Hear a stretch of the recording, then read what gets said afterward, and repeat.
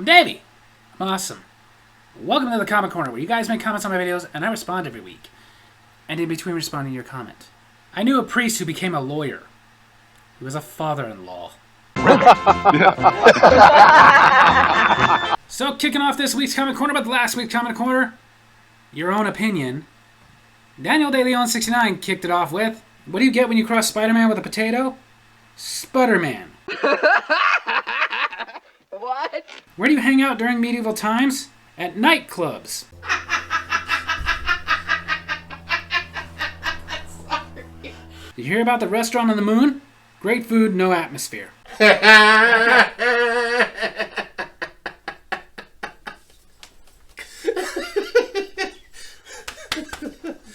Why did the poodle buy a clock?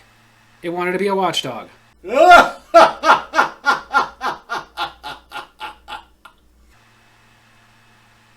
Then Richard Daly commented, "Yay! I'm not alone." You're not alone, Richard. You are not alone.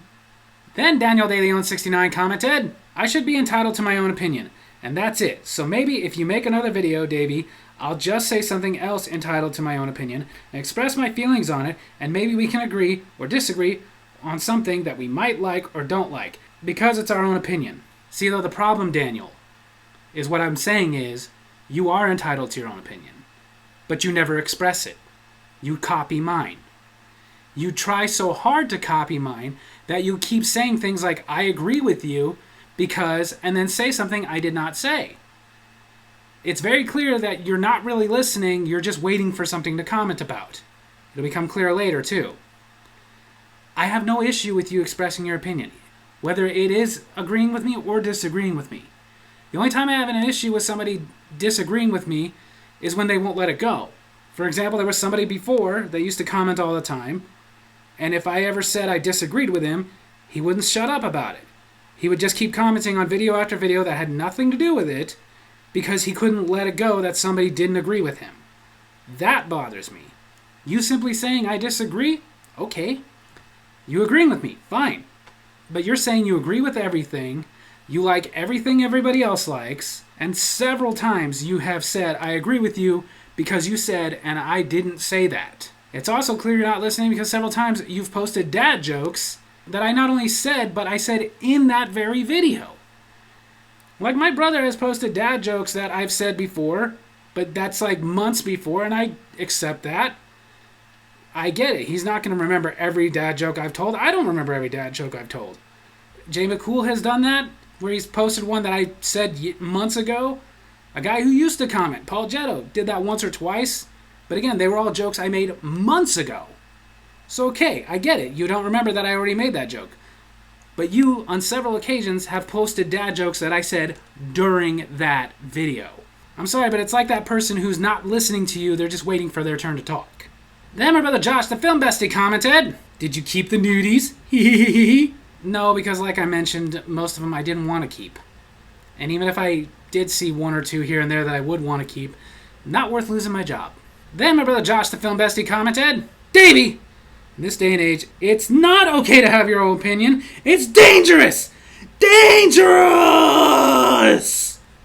Yeah, I don't care. Then Jay McCool commented, so you admit you guys looked at the photos. Naughty, naughty. Kinda had to.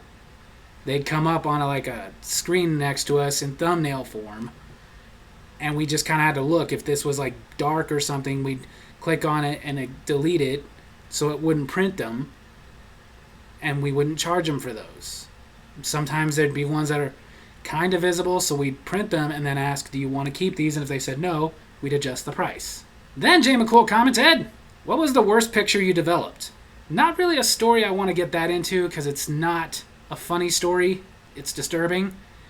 But like I talked about, saw the thumbnail, called my boss over, and the only reason we developed the pictures was because we were like, yeah, we got to report this to the police. Then Jay McCool commented, not trying to start something, but Daniel's comments sound computer generated. I've thought that myself a couple times. But to be fair, sometimes he is so specific that I doubt a computer came up with it. A man sued an airline company after they misplaced his luggage. He lost his case.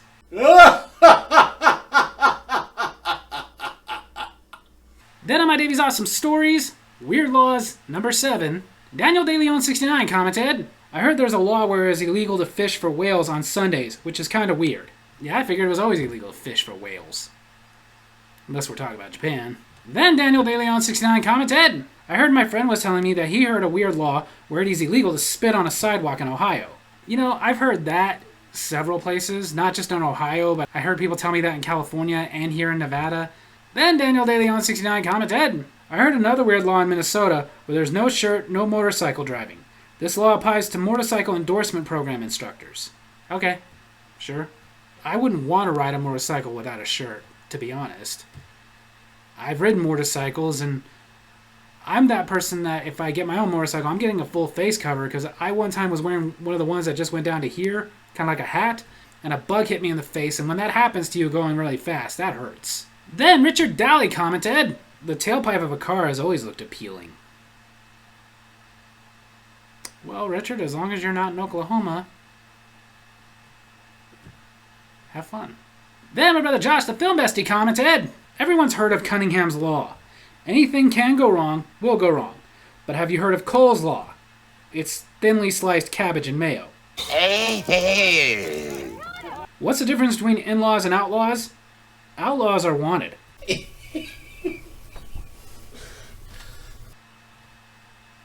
What happened when the semicolon broke grammar laws? It was given 2 consecutive sentences.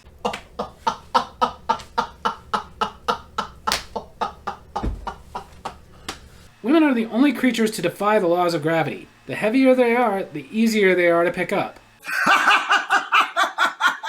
My alcoholism is really messing with my law career. Every time I try to pass the bar, I just go in.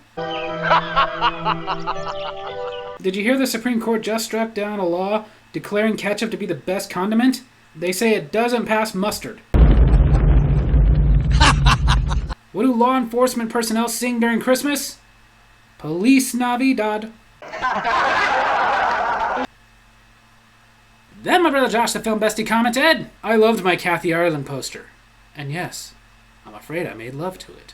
That was my poster! Then Jay McCool commented, oh no, I got dressed in front of a picture of me and my grandmother. I hope I didn't steal her innocence. You may have. You may have. Then again, I don't know your grandmother, so I can't say how innocent she was in the first place. Then Jay McCool commented, how else am I supposed to travel with birds? I don't know, I guess we're living in Nazi Germany now. Then Jay McCool commented, but they are allowed to get frisky with planes and trains in Oklahoma? I see what you did there. And I guess there's no law to that. You know what animal always breaks the law?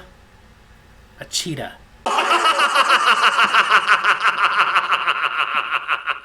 Then on my Davy's Awesome Wrestling, where I reviewed WWE's Saturday Night's main event in San Antonio, Texas. And before we get into the comments of this video, my brother Josh sent this.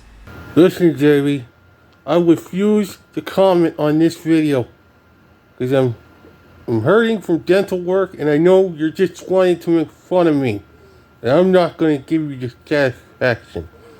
Okay? Deal with it. No comment on this video. Josh, I would never make fun of you for having dental work. Or the fact that you look like you're having a stroke. Dude, shut up! Daniel DeLeon69 commented, I like the match between Sheamus and Braun Breaker, and the fact that Sheamus never won the Intercontinental Championship before, and hopefully he can win the title at WrestleMania or some other WWE PLE. Yeah. Then Daniel DeLeon69 commented, I like the second Saturday night's main event, but I feel like it wasn't great like the first one. There was some cool moments, I will say, but I think the reason they're doing this is because they're hyping up Royal Rumble. It's coming up, and everyone wants to know who's going to win this year's Royal Rumble. Okay, yeah, I get it. Then they should have just waited and made this the first Saturday night main event. Then Daniel DeLeon69 commented, I get why WWE put Jacob Fatu versus Braun Strowman on Saturday night's main event. Just because they're building him up as a top monster so that eventually he can get some great matches with other wrestlers like Roman Reigns, Cody Rhodes, CM Punk, and so many more. This is again showing where you're not really listening. I said I get they're building him up to be a big monster. It just was a bad idea to waste a spot with them. They could have just put that on SmackDown. It's called listening. Then Jay McCool commented, this was a huge letdown. The last one felt like a PLE. This felt like I was watching a throwaway episode of Raw or SmackDown. With the exception of the IC and World title matches, I was bored. But even the results of those matches made them boring. I wouldn't say they were boring. I honestly feel like that was the way to go. I think when Sheamus wins the Intercontinental title, it should be a bigger deal. And I think when and if Jey Uso wins the World Heavyweight Championship, it should be a much bigger deal. Stay tuned. Then, Jay McCool commented, "From what I understand, the December Saturday Night main event was to kick it off. And now they're going to be events to hype up the major PLEs. Like the next will be right before WrestleMania, and the one after will probably be right before SummerSlam." Okay, that makes sense. I don't know if they need to be done the week before every time, but whatever. But I will say, if they were going to do that, then they should have waited until this one to bring back Saturday Night Main Event, because they were just a little too close together, in my opinion. You know why the judge sent the turtle to jail? He was a hard case. And then the final video to be commented on this week, my Davy's Awesome Food, where I reviewed Coca-Cola Orange Cream. Daniel DeLeon69 commented, "Yeah, this Coca-Cola Orange Cream drink is good. I even bought the zero sugar drink as well, too, just to make sure it almost tastes identical to the orange Coca-Cola drink."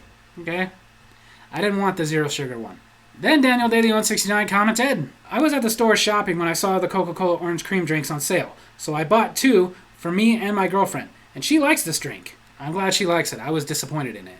Then Daniel DeLeon69 commented, "Hey Davey, do you like Peeps Marshmallow Candy? Because I tried some and they're really good, and I was hoping if you could review it in your next food and drinks review videos."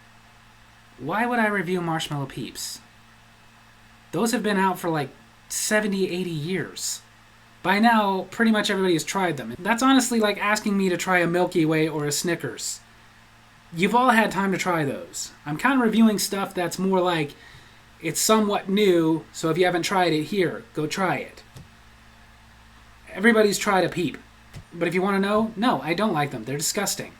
Then my brother Josh, the film bestie, commented, "Feed me, Damo. Feed me all night long." I don't have that kind of money. Then my brother Josh, the film bestie, commented, "Now try Dr. Pepper Blackberry. I just had a great idea.